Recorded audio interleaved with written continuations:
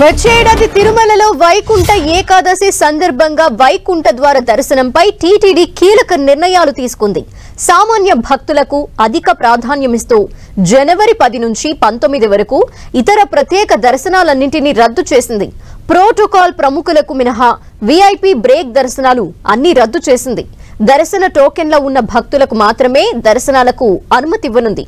టోకెన్లు లేని భక్తులకు తిరుమలకు అనుమతిస్తారు, కానీ దర్శనం చేసుకునే అవకాశం ఉండదని టీటీడీ తెలిపింది.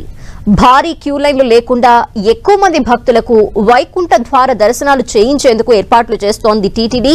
గోవిందమాల ధరించిన భక్తులకు ప్రత్యేక దర్శన ఏర్పాట్లు ఉండవని, భక్తులకు కేటాయించిన టైం స్లాట్ ప్రకారమే క్యూ లైన్ల వద్దకు చేరుకోవాలని టీటీడీ సూచించింది. మాజీ ప్రజాప్రతినిధులు, మాజీ బ్యూరోక్రాట్లు, మాజీ చైర్మన్లకు వైకుంఠ ఏకాదశి రోజున దర్శనాలకు అనుమతి లేదని టీటీడీ స్పష్టం చేసింది. డీటెయిల్స్ మా ప్రతినిధి శ్రీనివాస్ అందిస్తారు. శ్రీనివాస్.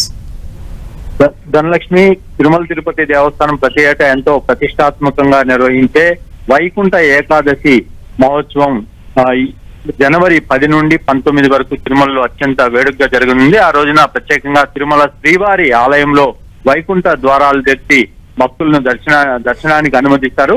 ఈ సందర్భంగా తిరుమల తిరుపతి దేవస్థానము కొన్ని కీలకమైన నిర్ణయాలు తీసుకుంది. అంటే వైకుంఠ దర్శనం ఉండే ఈ 10 రోజుల పాటు విఐపి బ్రేక్ దర్శనాలను, ఇతర ప్రత్యేక దర్శనాలను పూర్తిగా రద్దు చేయాలని నిర్ణయం తీసుకుంది. ఎవరైతే సామాన్య భక్తులు ఉంటారో వాళ్ళందరికీ కూడా అధిక ప్రాధాన్యత ఇవ్వాలని కూడా కూటమి ప్రభుత్వం వచ్చిన తర్వాత తొలిసారిగా నిర్ణయం తీసుకోవడం జరిగింది. ఈ నేపథ్యంలోనే ఆ 10 రోజుల పాటు కేవలం సామాన్య భక్తులే స్వామివారిని అత్యంత ఈజీగా, అంటే ఎటువంటి క్యూ లైన్ లో వేచి ఉండే పని లేకుండా ముందస్తుగానే టోకన్లు తిరుపతిలో ఇచ్చి వాళ్ళని తిరుమలకు అనుమతిస్తారు. ఆ తర్వాత తిరుమలలో కూడా ఎక్కువ సమయం క్యూ లైన్ లో వేచి ఉండే పని లేకుండా ఈజీగా దర్శనం చేసుకునే విధంగా కూడా టీటీడీ ఏర్పాట్లు చేస్తోంది. మరోవైపు ఎవరైతే టోకన్లు లేని భక్తులకు దర్శనాలు లేవని కూడా టీటీడీ స్పష్టం చేసింది. ఆ భక్తులను తిరుమలకు అనుమతిస్తాం కానీ అటువంటి వారికి దర్శనాలు ఉండవని కూడా టీటీడీ చెప్పింది. ముందస్తుగానే టోకన్లు ఉన్న వారికి మాత్రమే దర్శనాలని కూడా స్పష్టం చేసింది. అయితే ఈ కూటమి ప్రభుత్వం మాత్రం విఐపీల తాకిడిని తగ్గించుకోవడానికి గతంలో పనిచేసిన మాజీ ప్రజాప్రతినిధులు, అంటే ఎమ్మెల్యేలు, ఎంపీలు, మినిస్టర్లు కావచ్చు, ఇంకా టీటీడీ చైర్మన్ కావచ్చు, వీళ్ళందరికీ కూడా ఏకాదశి రోజున దర్శనం కల్పించలేమని, మిగిలిన 10 రోజుల్లో వాళ్ళకి మిగిలిన రోజుల్లో దర్శనం కల్పిస్తామని కూడా స్పష్టం చేసింది ధనలక్ష్మి. శ్రీనివాస్, సిఫార్సు లేఖలతో కూడా వస్తూ ఉంటారు బ్రేక్ దర్శనం కోసం. ఇటువంటి వారికి సంబంధించి వాళ్ళకు కూడా క్యాన్సిలా?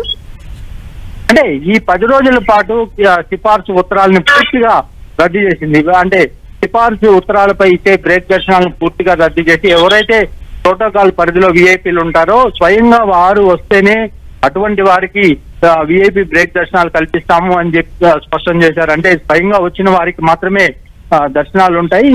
ఇతర సిఫార్సు ఉత్తరాలు అనేటివి అనుమతించలేదని కూడా టీటీడీ స్పష్టం చేసింది. మరోవైపు సామాన్య భక్తులు కోసం తిరుపతిలో కౌంటర్ల, వివిధ ప్రాంతాల్లో కౌంటర్లు కూడా భారీ ఎత్తున ఏర్పాట్లు కూడా చేస్తున్నారు Dhanalakshmi. Okay, thank you Srinivas.